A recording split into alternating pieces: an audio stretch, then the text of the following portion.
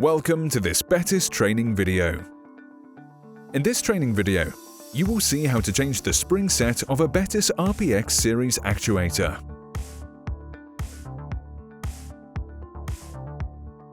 This video should be used in conjunction with the written instructions provided in the IOM manual, which is available for download from the Bettis RPX series website. Please check section 5.2.3 of the manual for the required tools and torque values.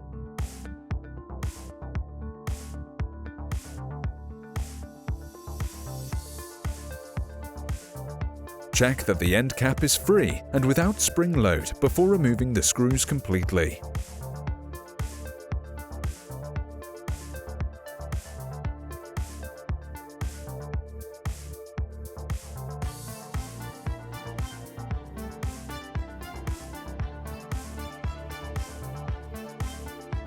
Turn actuator on its other side and repeat the same process.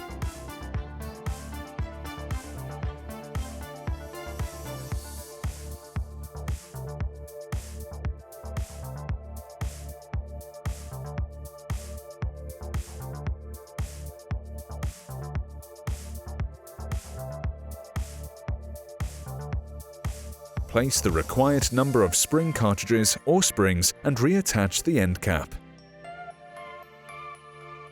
Refer to Manual section 5.3 for correct spring placement.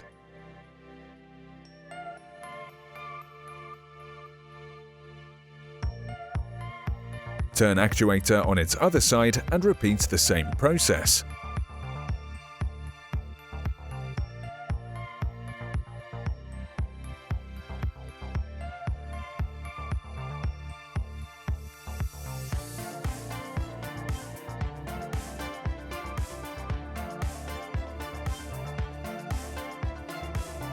Change configuration sticker.